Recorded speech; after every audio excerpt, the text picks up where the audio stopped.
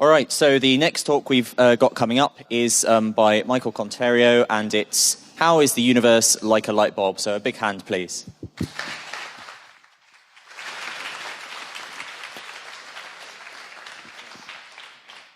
Good afternoon, everyone. You all having a good EMF camp? Hey. Excellent. So what I'm going to be doing is kind of a bit of a cross between a physics talk and a comedy show. So who in here enjoys watching comedy? Hey. Excellent, excellent. Who in here enjoys watching physics talks? Hey. Who in here likes neither?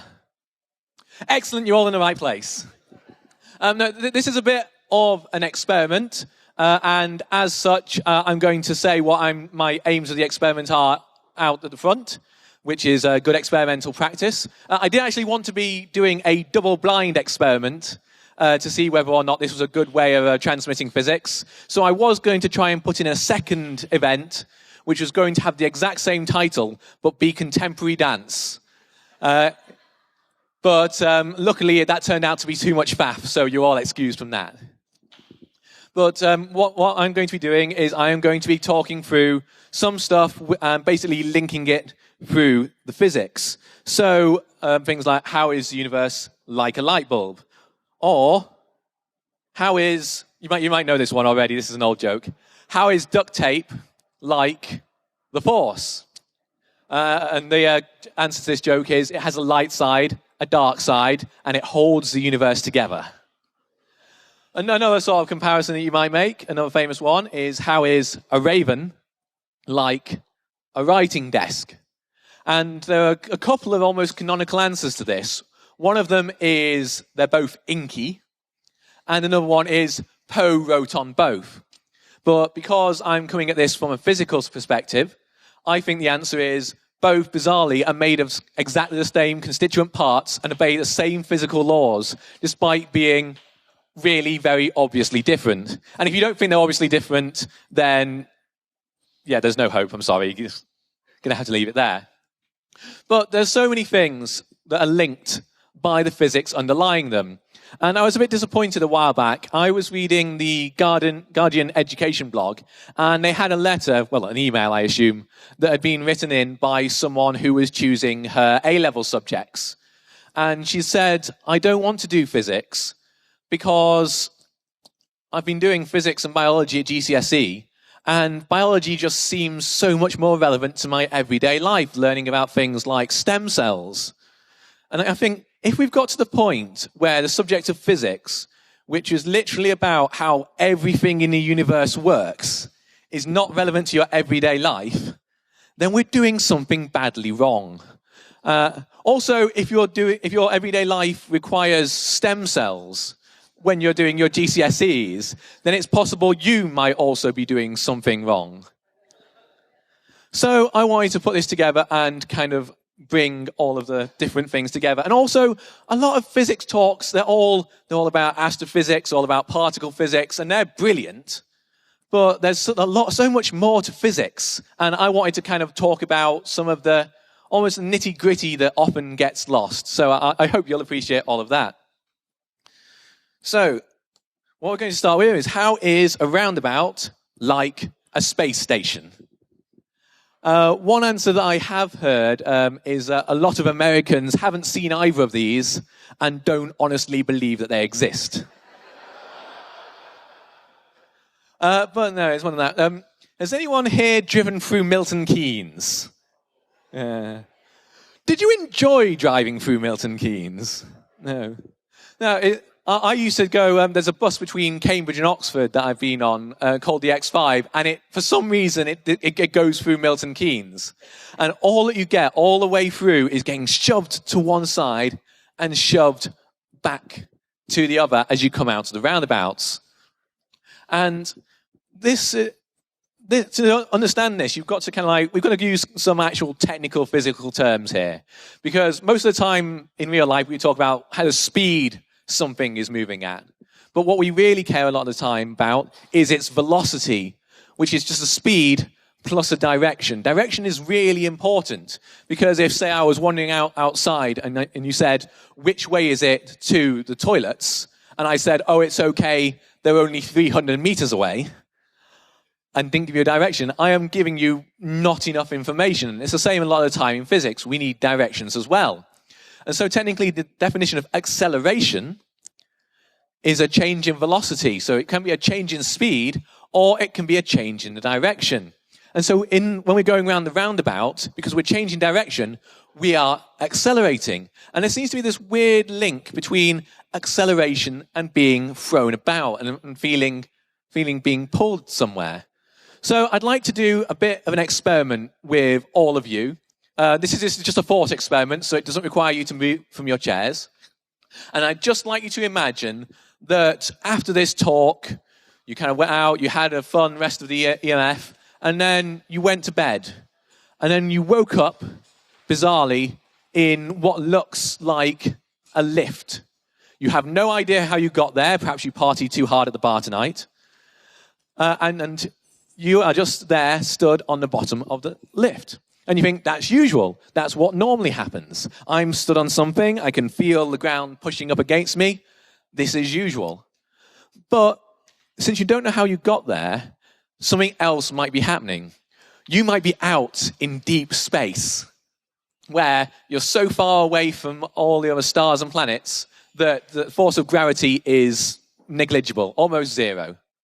And all that's happening instead is you would be floating, apart from the fact that your rocket ship is constantly accelerating in one direction. So to you, it feels like there's gravity pushing you away from that. But then, if you're in the lift, something bad happens. The lift cable snaps. The lift starts falling down, and you start falling down at the same rate as the lift. You lose contact with the floor, and you're just floating there as the lift plummets, heading towards what seems inevitable. At this point, you're probably hoping very much that you were actually in the rocket ship. And in fact, all that's happened is the rocket ship has stopped accelerating, leaving you free to float around in 0G.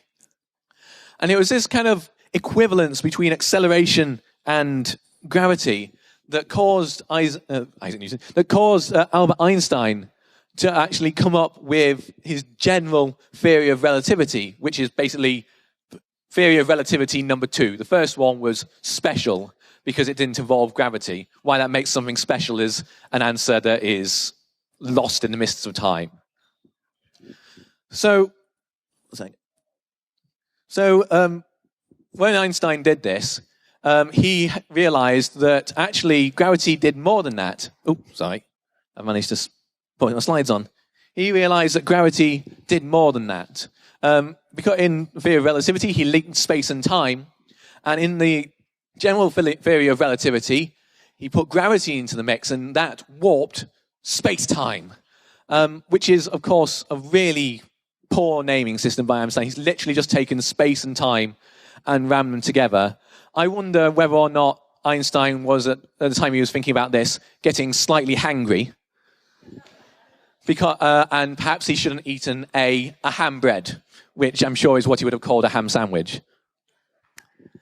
So he's got all that, and he's put it all together.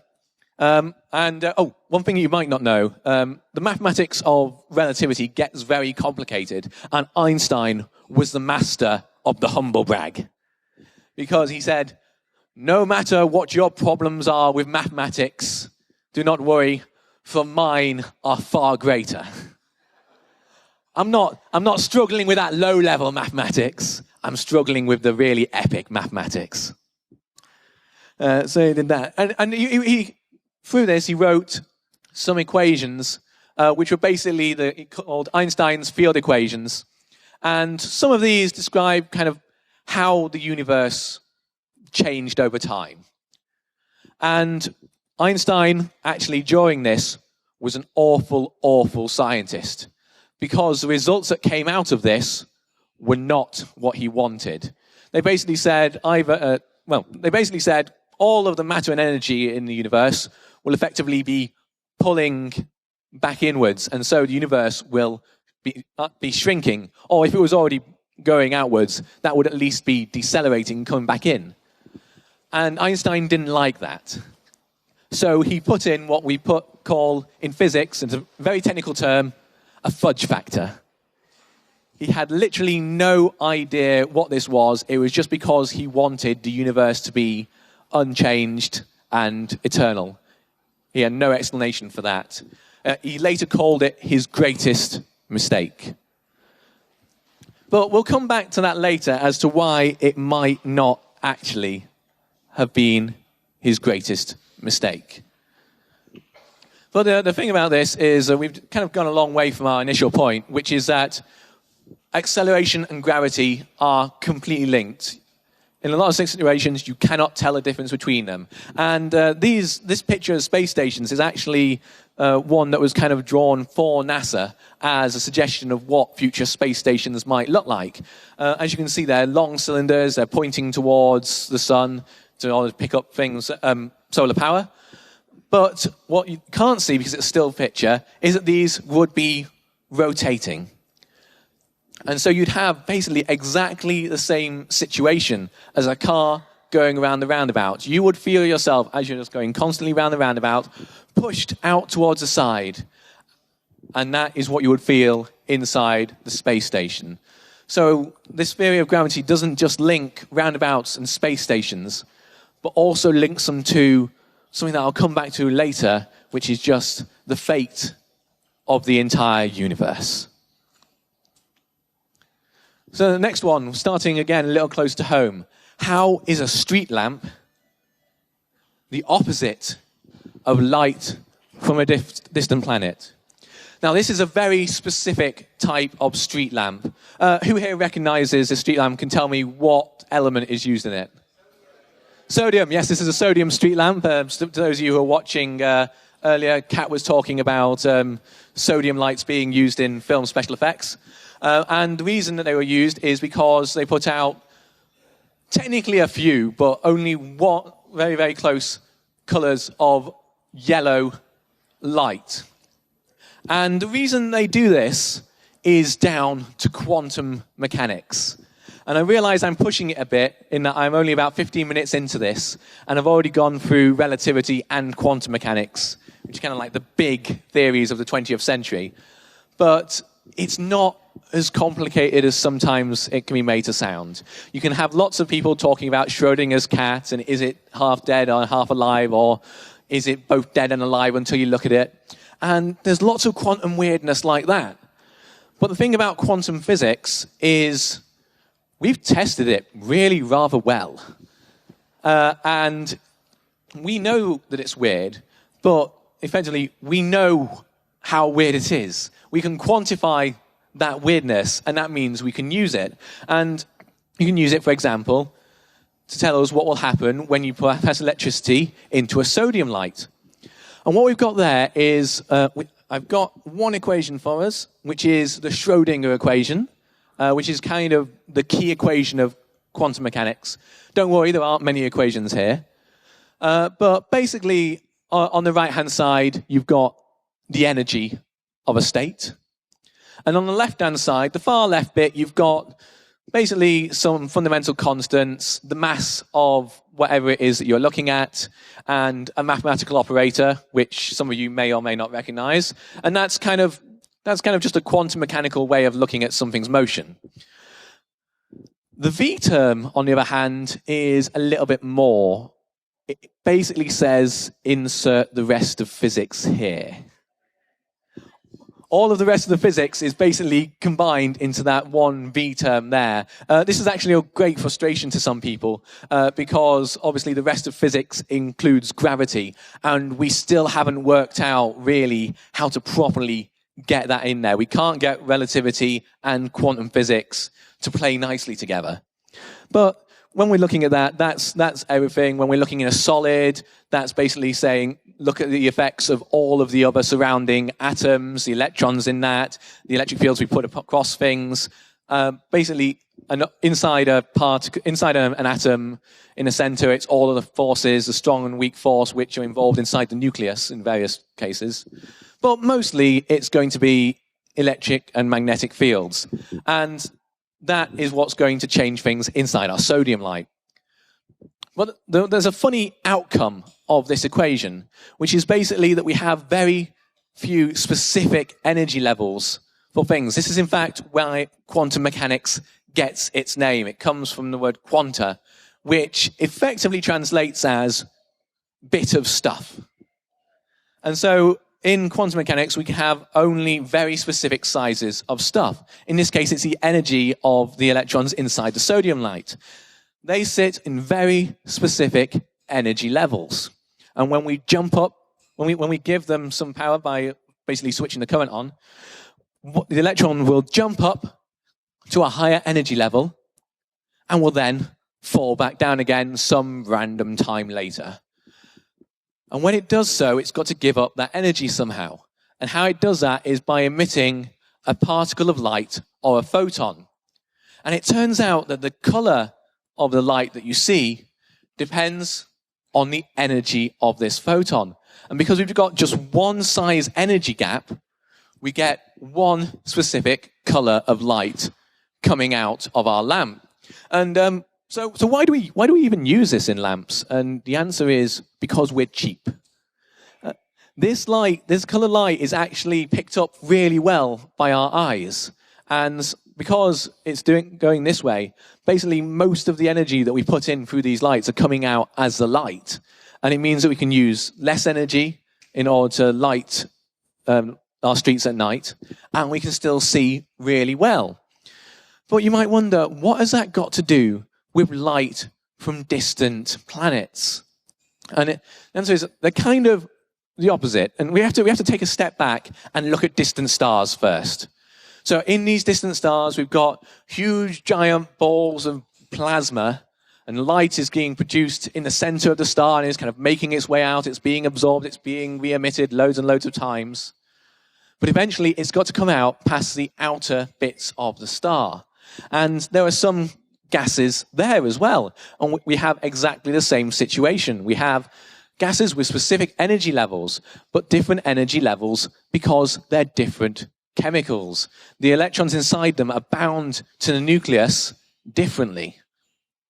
And so we can see, when we look at these distant stars, we see a big spectrum of light, just as we see from the sun. But there are some gaps, because basically what's happening there is light is coming out of the sun, but it's trying to get through this gas. It's coming out towards, imagine you are now representing Earth. A lot of pressure on such a small group of people, but don't worry. And I will be a distant star. And there is gas in front of me. And as the light goes into that gas, some of it gets absorbed. It's the right energy to actually make an electron jump up an energy level. It precisely matches that gap. But then when it gets re-emitted, it can get re-emitted in a completely different direction to what it was coming from. Originally it was coming at you, but now it might instead be going in that direction. It might be going back into the star. It might be going somewhere else. And so most of the light that was coming at you of that particular color that is being absorbed will never reach you. And so we see these gaps in the spectrum, these dark lines where we'd expect normally to see a color. But we can go one further than that, because we've been detecting exoplanets recently. Have any of you seen the news about all the exoplanets that particularly the Kepler mission have been detecting? Yeah.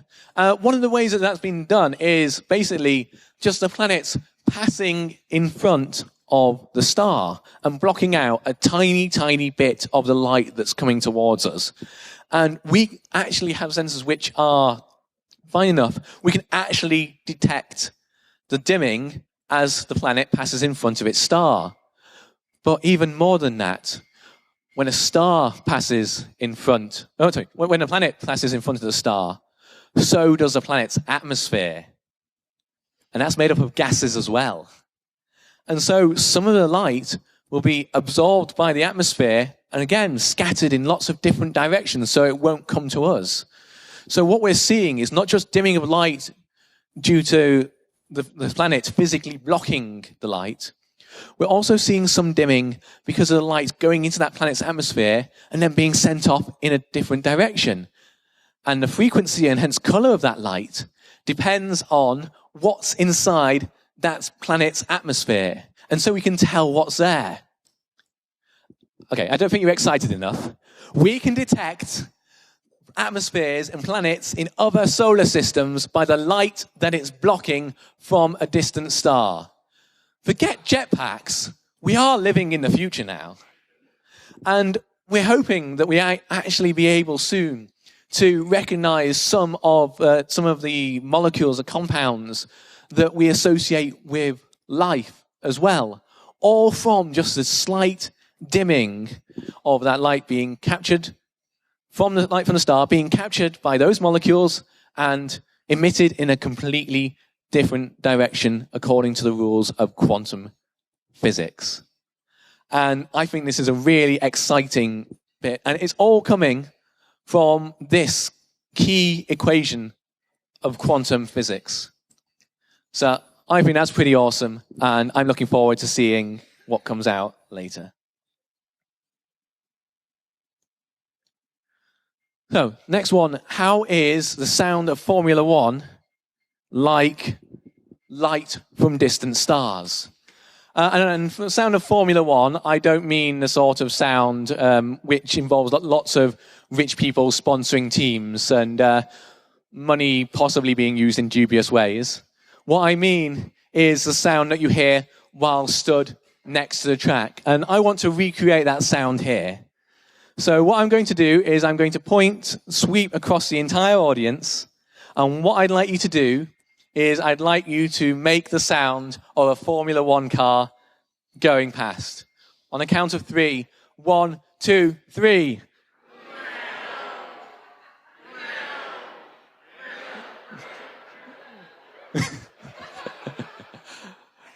Okay. And so what we've got there is the Doppler effect. This is something which I'm sure most of you will recognize and be able to talk about. But I am aware that for some people in here, some people might not have actually got to this point in school. And for some people, I know GCSE or O-level physics was a long, long time ago. So can I have a volunteer, please, to come up on the stage? It's okay, you're not going to have to do anything complicated. Oh, down there, please come to the stage. Big round of applause for our volunteer, please.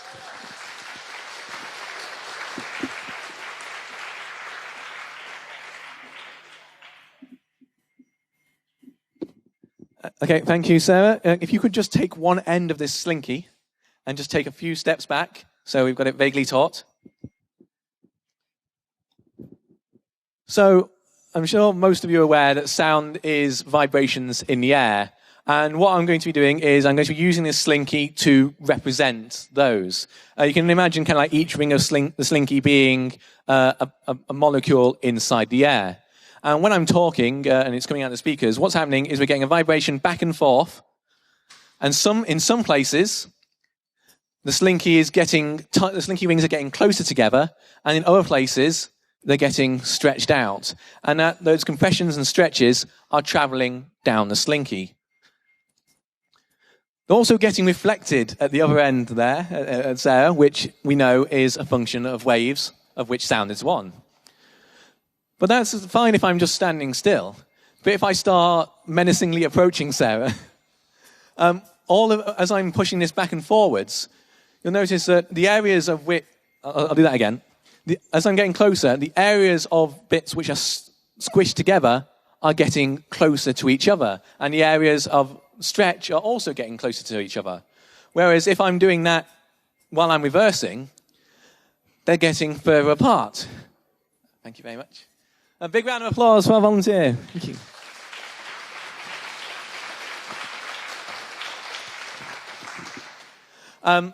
And so... basically, what we've got there is the Doppler effect in action. As I was moving closer to the person who was hearing the sound waves were getting squashed together. What we call the wavelength, which is equivalent to the gap between the squished together regions, was getting smaller. The frequency of those getting to our receiver was getting higher, and the pitch of sound goes up, which in the case of the sound of Formula One is the ni. Whereas when they go past, we get the waves spreading out, the frequency going down, and we get the aum.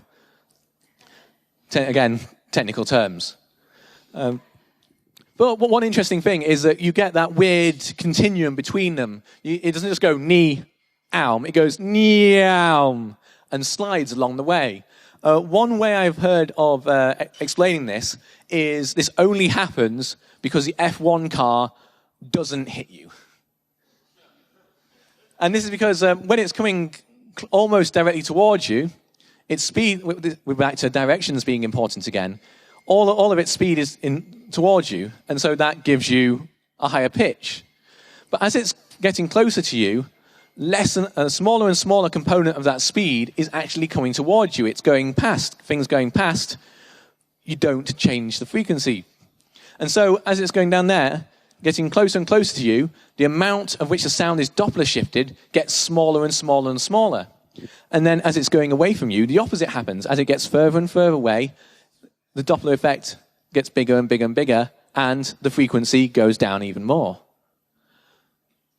But this means that when you're watching all the kind of like old films and kind of looking at World War II documentaries, the scary sound of the bomb falling is not the one that you think it is.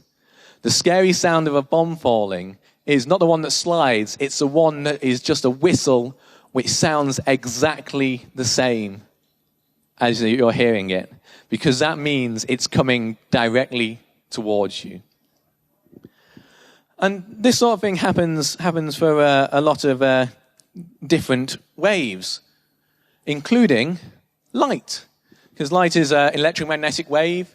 It's got oscillations in the electric field in one direction, and in the magnetic field, basically at 90 degrees to that direction.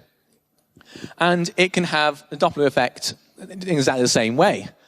But the reason you don't see it when our projector screen is wobbling back and forth is because light is very, very fast. And basically, we need to get to an appreciable fraction of it in order to be able to see it. So we don't have anything really here that is going to be going fast enough on this planet to be able to see it. But we can look at these distant stars, and we can look to see whether the light is Doppler shifted. But compared to what? How are we going to tell the difference between light changing frequency because a star is coming towards us, or light that was just that color when the star emitted it anyway? And this is where all of the spectra that we were just talking about come in useful. Because when we were talking about the sodium lights, it wasn't quite just one yellow line. It was a few different types of yellow which were very close together in frequency. And so they have very specific gaps between them.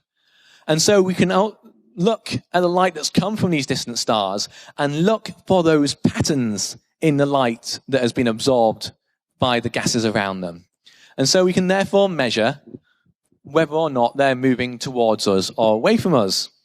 And a guy called Edwin Hubble in 1929 did this and noticed that for basically every star in a galaxy that was not our own, the light was being redshifted. It was moving towards the red end of the spectrum, which is the same as going to a lower frequency, and so the objects were moving away.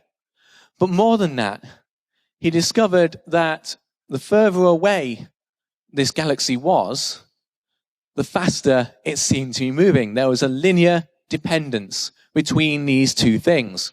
And we call this Hubble's law. He wasn't actually the first one to notice this. Actually, there was a guy called Georges Lemaitre who actually published results about this 2 years earlier, but he had something of a disadvantage. He was French.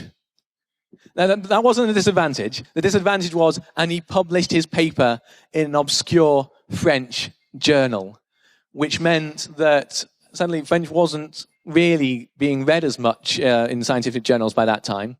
And so people just didn't read it, whereas Edwin Hubble's paper on it got distributed.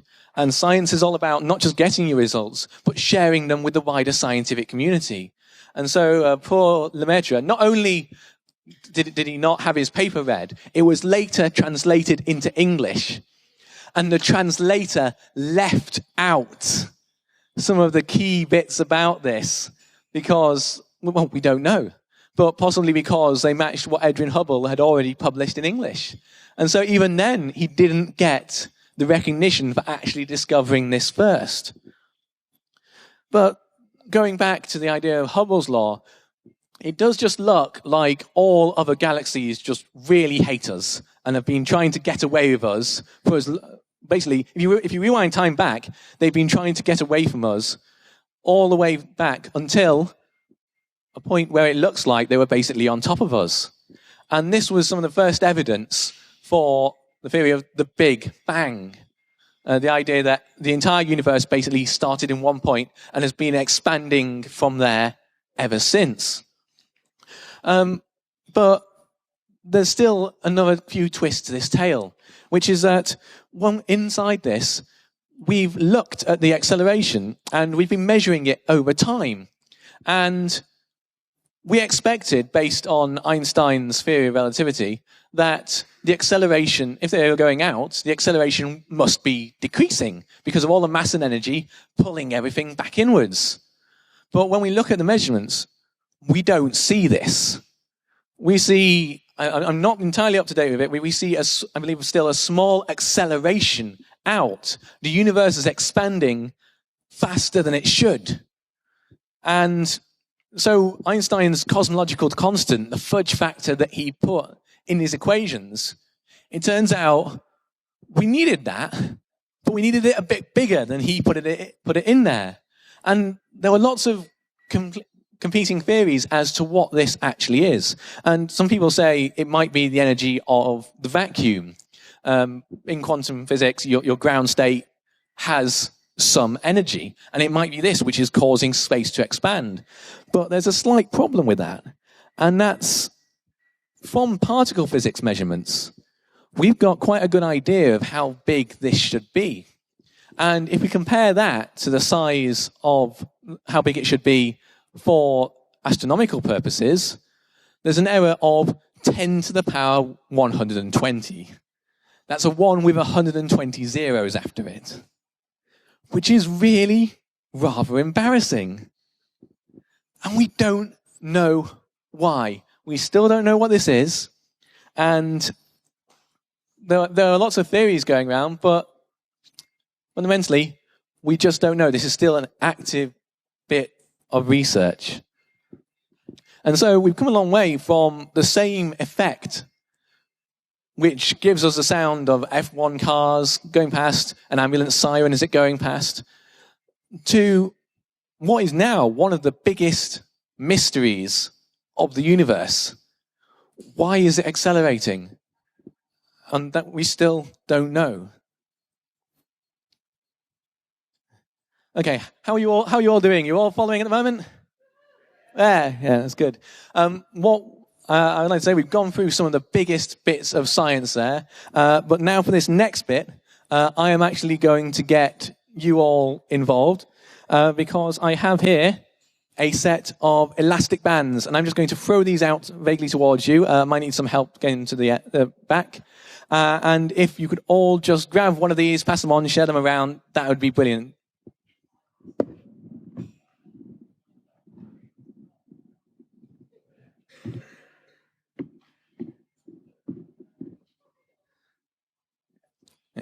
Yes, if you could just pass those all around, because what we're moving on to next is how is an elastic band like a fridge?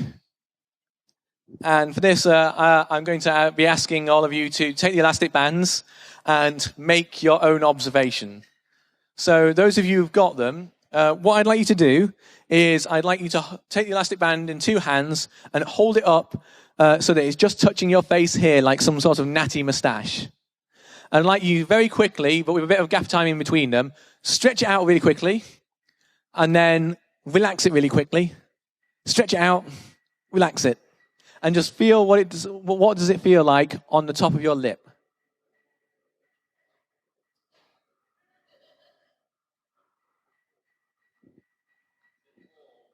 Well, when does it get warm? It gets warm when you stretch it. What about when you let it relax? What was that? And when you relax it, it gets cold. And bizarrely, this effect is down to one of the most fundamental rules of the universe and time. So who here has heard of entropy before? Yeah, a few people. Entropy is a quantity we like to define in physics, which is always increasing inside an isolated system. And that's a very important bit of the rule. Entropy always increases inside an isolated system. And entropy can be thought of as a measure of disorder. More accurately, almost like the number of ways that you can do something. So there's kind of like lots of people say, entropy means that things just naturally get messier. So, for example, I shouldn't need to clean my room. It'll just get messier anyway. To which the fundamental flaw is, your room is not a closed system. And so you can't use that excuse. For exactly the same reason, if you're a creationist, you can't say that entropy always increases. This disproves evolution, because evolution, obviously things are getting more ordered. We've gone from primordial goop to the fine specimens we see out here today. And they say, oh, well, that's more ordered. It can't have happened. You've ignored half of the rule. You cannot ignore half of the rule. That would be like me saying, the rule is you can drive at 70 miles per hour on a motorway and then proceeding to drive through the center of town at 70 miles per hour. It doesn't work. And yet some people still try and use this as a result. But going to the elastic bands, basically the reason it heats up is because we need entropy to always be increasing. So the first way that we've got entropy inside the elastic band is it's got lots of long fiber chains inside it. And these are all wiggling about in space in different directions. And when the elastic band is small, they're wiggling around an awful lot. And basically there's lots and lots of ways that they can wiggle and the elastic band be small, which means that in this state, they have high entropy. But when you pull it taut, all of those bands line up nicely, and then there are only a few ways you can do that. So their physical position has low entropy. But there's more than just how the chains can wiggle. There's also how they can jiggle. Because none of these chains are stationary. They're all moving all the time. And if things are moving faster, they've got many more ways in which they can achieve this. And so moving faster means that you have a higher entropy. So when you stretch your elastic band, all the entropy based on how the chains are aligned goes down, but it gets warmer. All the entropy based on how they're moving goes up. And basically, when you're letting go, exactly the opposite is happening. You're still ending up with a net increase in entropy, but you had to put energy in to heat it up. You're getting a pull out. That elastic bands can pull things. They'd be giving the energy to that, and so they've got to lose energy and cool down as well. And so you've got all of this going on. But there's a little bit more. There's also just how they're losing heat to the outside world. This is my last equation, so which I'm sure you're all glad. And this is a really simple equation for change in entropy. Now on this, the left-hand side, we have ds. S is entropy, and so ds is the change in entropy. And on the right side, I've got an extra d on here. That's nonsense, that equation. That is actually a nonsense equation. I do apologize. That d on the bottom has snuck in and shouldn't be there. The bottom of that equation should just say t. So because dq is the amount of heat flowing into a material, that's positive. If it's flowing out of the material, it's negative. And t, which should be on its own on the bottom, and I'm going to have words with that d later, is the temperature of that. And so, as you can see, heat goes in, the entropy increases. Heat goes out, the entropy decreases. But the amount by which it does so is related to the temperature of the body. And this basically explains why when you've got a hot thing and a cold thing together, the hot thing gets cooler and the cold thing gets hotter. Because the hotter thing, higher temperature there, measured of course in Kelvin, and the colder thing has a lower temperature. So for the same amount of heat moving, there'll be a greater change in entropy for the colder object. So as the heat moves to the colder object, overall, entropy will increase. There's a bigger change for the colder object, same amount of heat, lower temperature. So that's great, and that explains kind of heat flowing, but a fridge doesn't really do that. It'd be kind of a rubbish fridge if it did. And in a fridge, we've got a cold area inside, and heat is removed from that and dumped in the hotter area outside. So how are we always getting an increase in entropy? And this equation shows that as well. Because, crucially, a fridge, again, is not an isolated system. It's plugged in. And so we can get, so when we're transferring heat, we can create some extra heat basically by using some of the electrical energy we're getting flowing in. So the energy that leaves from the inside the fridge and the energy that comes out the back of the fridge as heat is not the same amount. More energy is coming out. So we can put a bigger DQ and we can overcome the higher temperature of the outside and still keep entropy increasing. And this, in fact, all the way around inside the fridge, entropy is always increasing. You start off inside the fridge, you've got a cold fridge, you've got a cooler refrigerant now in the back. Heat flows from hot to cold, increase in entropy. Then you let that, then you let that go through excuse me. Then when you've done that, your now slightly warmer fluid goes around the back and is compressed. It's getting compressed into a smaller space, which means there are fewer ways all the particles inside it can be arranged. And so that would normally be a lower entropy. But to counter that, it heats up. Higher entropy. It's now at the back of the fridge. It's now in a little wavy bit at the back, but now because it's got hotter, it's hotter than the outside. Heat flows from the hot to the cold, increase in entropy. And finally, it's allowed to go through an expansion valve and spread out. It's spread out, more space, more ways of actually being able to have the particles in it arranged, and higher entropy there, and it cools down as it does so. And so all the way around, we've got this fundamental increase in entropy. And as a physicist, that's really, really weird. Because normally in physics, things that happen in one direction happen in the other direction. All the laws of physics, basically apart from this, look the same depending on which way round you look at them in time. This is the only one that seems to have a direction. And this has led lots of people to start pondering on whether this gives you the meaning of time. The only problem there is basically what you've got is physicists talking philosophy, which is never a good plan. Although I am willing to do it with a few pints inside me if you see me at the bar later. But when we've got one of these weird lacks of symmetry, we should start looking for more because they're interesting places.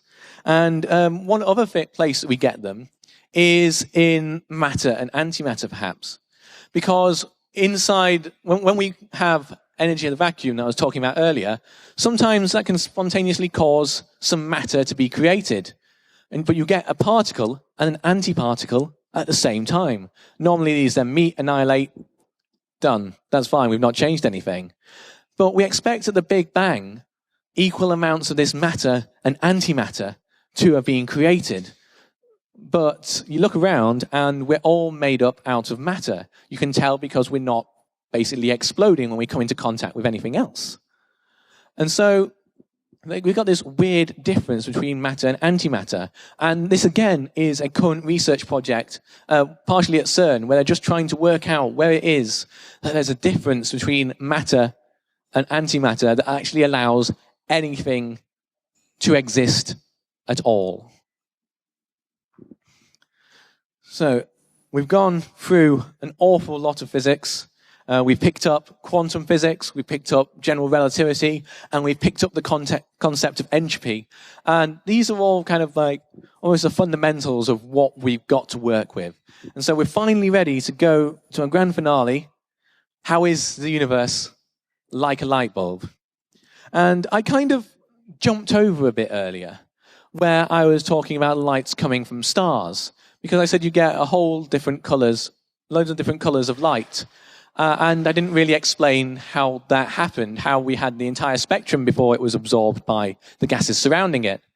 And so the reason I didn't say that is actually, in some ways, it's quite complicated. But even worse than that, we look at the light coming out from the stars, and we look at the ideas of entropy and likelihood of various things. And with the entropy, we've said things go to high entropy, things go to more disordered, where there's more different ways of doing it. And with light, as you get into the higher energy light, the higher frequency UV rays, and so on, then there should be more ways for that to be happening, caused by the jiggling around of all of the plasma inside the sun. And so in that case, we should expect to see a lot more of it. We should expect basically to have the entire planet irradiated by UV rays and none of us existing at all. Bizarrely, it's the fact that this doesn't happen that physicists have called the ultraviolet catastrophe. Yes. Physicists, again, bit poor at naming things often. And basically, we didn't know why it was that this didn't happen until Max Planck basically looked at the shape of the emission. This is a kind of example of the sort of shape that we get from the emission spectra of stars, and saying, well, at the high frequency, why do we get this tail off? And he basically said, let's go back to quantum physics. It was back to, it basically was a new thing around then. He was kind of just making it up. And said, well, let's assume that there's a probability of getting things which goes down as the energy quanta involved gets bigger. And other people said to him, why would you do that? And he didn't know, but it worked. And he literally, normally I teach physics sometimes, and to my students, I'm always very keen that they write out their working and their explanations. I wouldn't have accepted it just works normally. The only reason it was really accepted by then is because it gave us graphs like this. This is some experimental data, and basically the error, the line that's going through all of these points does it so well that the predicted line, which is from his theory, goes through it so well that we basically can't distinguish between the two. And so this was brilliant and meant that we actually were getting somewhere. But still kind of unsatisfactory. So it took a little while of quantum physics actually coming in before this was kind of accepted. We talk about all the different energy levels, and this kind of basically, eventually it all worked. But this data isn't from a sun or a star. This data is, in fact, something which is very, very similar to that which was discovered by Arno Penzias and Robert Wilson in 1964. They built basically a radio telescope and wanted to take lots of measurements with it. They were good physicists. They cooled down the sensors so that things weren't jiggling about in there so much, so that they'd have less noise inside it. But no matter what they did, they got some constant noise.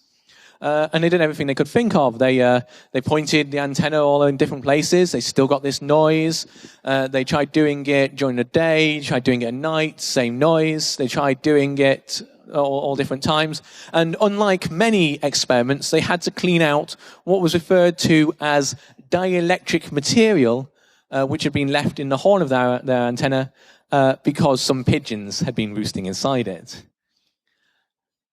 And they cleaned that all out, and they still got some noise, and they couldn't work out where it was. And then this is where we see how the world of real physics is very different from school. Because basically what they did is they phoned up their colleagues nearby and said, we don't know. We've got this signal. We need to get rid of it so we can do our experiments. Do you know what it is? And they got in contact with some physicists in a nearby lab who were very, very disappointed in order to get this phone call, because their reaction was, we think we know precisely what this is. This is the remains of the Big Bang. This is light that has been bouncing around since basically shortly after the Big Bang, and as the universe has cooled, it's shifted. And basically, this is a spectrum for the universe of a few Kelvin, a few degrees above absolute zero.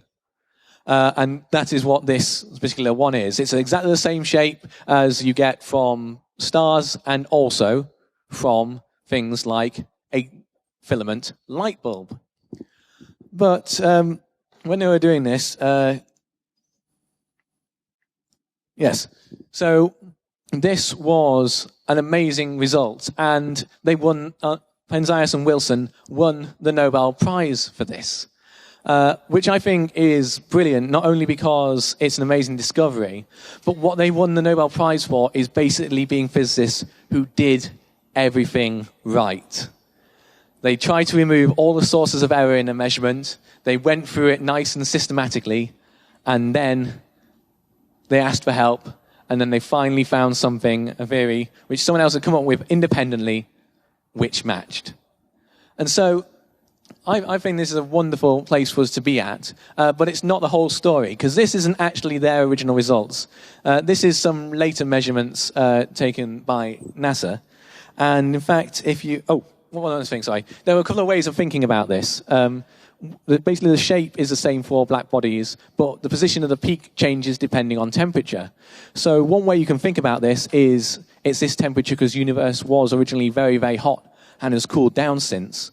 But another way of thinking about it is going back to our Formula One cars and our Doppler shifts from different distant stars.